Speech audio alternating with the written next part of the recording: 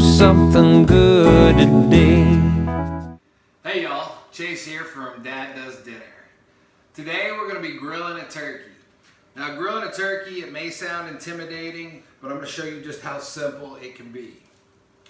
So a few months ago, a friend of mine who works on a farm where they raise turkeys said they had a surplus of turkeys and would I like some? I said absolutely.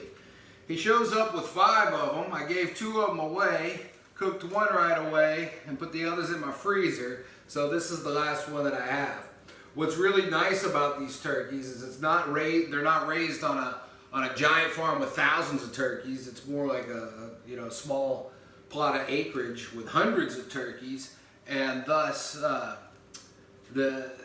turkeys, they're really farm fresh. They're not hit with antibiotics. They're all free range, and they weren't packed in salt water like our store-bought turkeys are. So this is really indeed a farm fresh turkey. So I'm excited about it. So last night I brined the turkey. I think turkeys really benefit from brining a lot. It's not an absolute necessity if you're getting a store-bought turkey that's already been injected with that salt water that they use. They use that as a preservative. Also bumps the weight up a little bit, and it is a flavor enhancer. But a turkey like this really needs some help with the flavor enhancing, so I brined it. If you want the brine recipe, I got this from Susie Bullock over at HeyGrillHey.com, and look for her smoked turkey breast brine recipe. In this brine is salt. Salt's one of the key ingredients, of course, in brine, because salt's going to be your biggest flavor enhancer. So we got some salt in here. What's kind of different about her brine is it uses apple cider and apple cider vinegar. I really like the use of the cider vinegar in this because that vinegar, it is an acid, kind of helps break down the meat a little bit and makes it even more brine friendly so it can suck up more flavor. Also, there's some brown sugar in the brine. You know, brines should have a good bit of salt. They should have a good bit of sugar. That works best. And then this has a 1/4 cup of Worcestershire sauce in this. And that really adds a lot of flavor to this. So lots of different salts. It's got some of my Almost Famous barbecue rub in it. She also has a really good sweet and smoky, or what does she call it? Anyway, she's got a sweet barbecue rub recipe that I've used. It's really good. So you can look at that. Maybe you want to try that as well. So I brined it overnight, and this has been brining for about 12 hours, so that should give it some good flavor. And now I have rubbed this thoroughly with avocado oil. You know, when you rub oil on something, it helps with the browning process. This also helps the rub to stick on it a little bit better too. So I patted it dry, rubbed it down with avocado oil. I've kind of switched to avocado oil, or I'm making the switch to using avocado oil where I used to use canola oil. You know, it's just one of those little things you can do. It's a little bit healthier, a little bit better for you. So I use that now. Now, if you go to the grocery store, you're gonna be shocked at the price of avocado oil, not boil. That's a different episode. And it's pretty expensive when you buy it in the normal size oil bottles. But you can pick up a liter of avocado oil at Costco, and it's very reasonable. So that's what we did. So covered this in avocado oil on all sides, inside and out. And now I'm hitting this with plenty of my Almost Famous barbecue rub. I'm going to get this well covered. You notice I started on the underside first. That's because I'm going to finish on the top, and I don't want to handle it, you know, as little and turn it around as little as possible. So get your rub inside and out. I'm working a little bit in here in these pockets up under the skin. This is about a 12-pound turkey. I appreciate you viewers who have watched our live battles, Battle Nacho and Battle Burger. My buddy Bike from One Arm Brewing and Barbecue, He was on the losing end of Battle Nacho, and then he came back strong with Battle Burger and edged me out at the end. I'm still waiting to hear from him to find out what recipe of his I have to cook.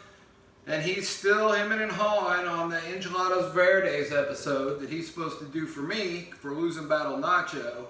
He just can't bring himself to actually grate all that cheese. All right, so I used a whole batch of my Almost Famous rub, got that well covered. And now I'm gonna stuff the cavity of the turkey with some aromatics. I got half an onion that I chopped up into chunks that'll fit inside. Half a lemon. Stick of celery cut in two. And then a carrot. The first I cut in half and then I split to get plenty of surface area. It'll help that diffuse more flavor. Then finally, a smashed clove of garlic. And then my favorite herb to cook with, rosemary. So just got a sprig of rosemary that's gonna go in. Now aromatics, when you do something like this, it doesn't add a lot of flavor, but it adds just that extra hint of something that you can't quite put your finger on that just makes everything taste better. In order to finish getting this ready to go on the grill, I'm going to cut a couple of little slits on the sides of the breast here, just in the skin, and I'm going to tuck these wings in. I want these wings tucked in because if they sit out like this and they cook like that, they're going to end up, you're going to end up with burned tips, and the wings are going to be overdone, and that won't be tasty. So I just pull the skin, I just put a little slit. You don't need much because that skin's real soft and pliable. Then take my wing tip. This may take a couple of tries to get it exactly right. Get that wing tip, there we go. And then we'll do this on the other side. Perfect. So we're tucked in, ready to go. This bird's ready for the grill. Here's the setup for my grill. I got this set up so I can do indirect cooking. I have my coals on one side, nothing on this side except for that piece of foil that I folded up to make kind of a bowl to catch all the drippings. Those drippings will make great gravy or be a flavor enhancer for other dishes. Haven't decided what I want to do with it yet, but I know I wanted to save that all. Okay. If you don't have one of these charcoal holders, that's okay. You could do the same thing with foil, or you could just put a foil divider right there, or any other kind of non-flammable divider to keep the briquettes from spilling over. I know that you are probably wondering why I'm using these briquettes when normally I use the natural oak lump charcoal. Well, I'm using these briquettes because this is going to be about a 3 to 4 hour process. The briquettes all burn very steadily. Throughout the process, I'm going to have to add some briquettes, and they're also easy to manage when I'm dropping them in to the fire when I'm adding them. So I have all natural charcoal briquettes, and these are oak competition briquettes. So I put my turkey on the grill. I'm using a probe thermometer in it. That'll help me monitor the temperature as I'm cooking. And before I put the lid on, I'm going to add more aromatics to the coals. I'm going to put them directly on the coals, and they'll create kind of an aromatic smoke. Now, as far as a flavor enhancer, these are going to be a little bit of a flavor enhancer.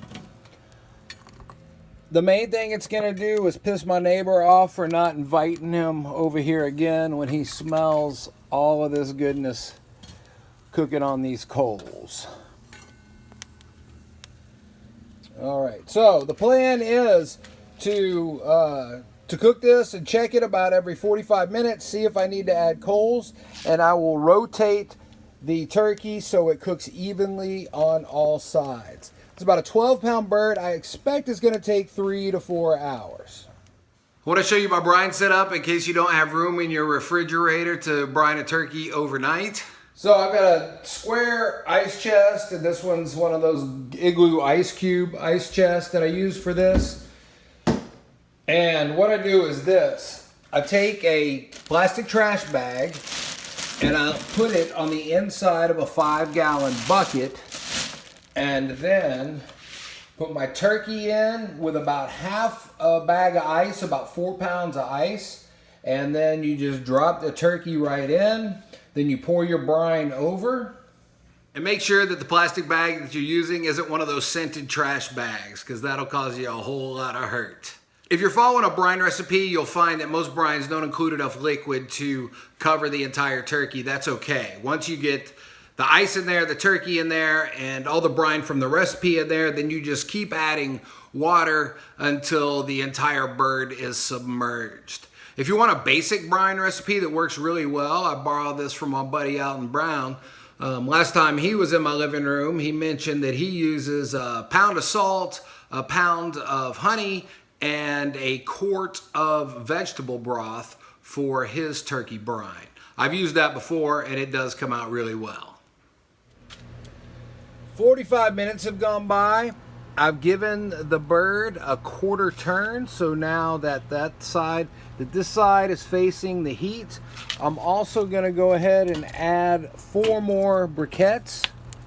And this is where one of these hinged grills comes in really handy. It'll save you a lot of grief when doing this process if you get one where the sides come up. So the garden is doing well as summer nears. Tomato plants have gone absolutely crazy. Lots of cherry tomatoes. I'm getting some of those San Marzano tomatoes that you see maybe in the back there. Those are going to be great for sauce. And I got various kinds of peppers here that are going. So much zucchini and squash. We've had a lot of grilled and fried zucchini. And then my basil plants are both doing very well. I'm going to have to make some pesto with all of this. But this is the best garden I've ever had, frankly. Started with really good soil, and that's what made all the difference. It is a hot one today here in Montgomery, Texas, in the Houston area. We're going to top out in the low 90s today, and our humidity's way up there. I was fortunate enough to go out on the lake yesterday, do some fishing. I was grateful for the canopy on the boat that we were using.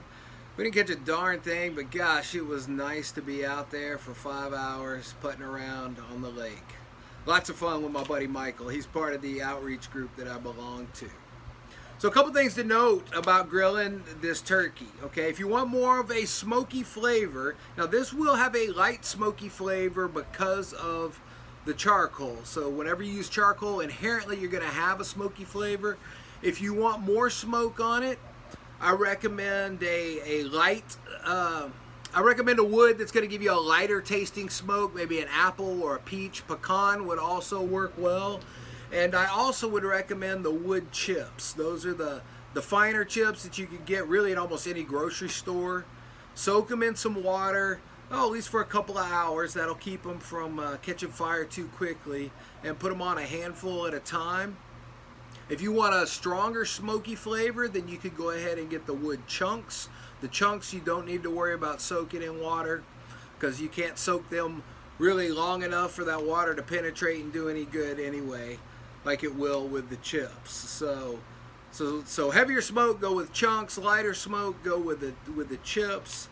And some kind of fruit wood or a nut wood would work best for this. So I do my charcoal grilling on a Weber kettle grill. It's a standard size kettle grill. And for a turkey, there's only room to have heat on one side of that. Now over Christmas, I did do a turkey with indirect heat with using both of those charcoal holders that I have. So I had the bird in the middle and the charcoal on the side. And it was technically indirect heat, but those legs on the bird, they kind of seeped over where there was almost direct heat, and kind of the outsides of the legs got done and that skin split. The breast meat was fine, and inside on the drumsticks were fine. The thighs were good, but using the heat on both sides of that kettle grill, there just wasn't quite enough room to do it that way. So if you got a larger grill, larger area, certainly you can put heat on both sides of the bird and do it that way. I have found that on my kettle grill, one side works best. You can also use this method on a gas grill. Just set that up for indirect heat. Once again, depending on the size of your grill, if you want it on heat on both sides of the bird or on one side of the bird. You can also do this on your smoker. That's another episode.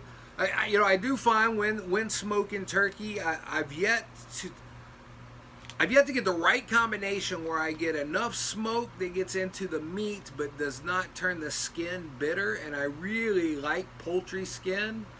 So that's one of the reasons also I'm not adding any more smoke to this kettle grill, because I want to be able to eat that skin without a bitter flavor. If you do use an apple wood and you just lightly add those wood chips a little sporadically just to give it a little smoke, then that will smoke it up without making the skin too bitter. It doesn't quite make the meat as smoky as I like. I don't know. Keep trying, and as I always say, cook what you like, eat food you like, and what works for you works best. Now, I know I spoiled y'all in April and May, and I was doing 3 or 4 episodes a week. Seems like every time you scroll through Facebook, YouTube, or Instagram, there I was. And so now that we kind of gotten into the summer, I started doing a few other things, and don't put in the time that I was on Dad Does Dinner. Of course, now that we're under semi-quarantine rather than full quarantine, so I can get out and about more. But I do want to keep bringing you these episodes because I know that you are impatiently waiting at home for the next Dad Does Dinner episode to drop. Mike over at One Arm Brewing and Barbecue and I are looking for our next subject for the next battle, the next live battle that we do on Facebook Live. So if you got any ideas for that, drop a suggestion. The one we've got a couple we're kicking around. One his daughter suggested was Battle Steak Dinner, and the other, a friend of mine, Vince. Hey Vince, just suggested pizza. I do kind of like the idea of pizza. I always got to give a shout out to my buddy, my friend over in San Angelo, Texas, Mike and One Arm Brewing and Barbecue. He's the mini micro brewer with the all-you-can-eat endless sausage platter. Mike and his crew do a lot of good work for the community. Keep it up, Mike. That's really important now. God, that's for sure, isn't it? Superfans Emmy and Super Nate, hello to you. I know you like sit down every day and watching a new episode of Dad Does Dinner. Sorry I've made you wait so long for this episode. Just when we thought 2020 couldn't get any crazier, it sure did. You know, the tragedy that's happening in our country right now, I'm certain it's weighing heavily on all of us.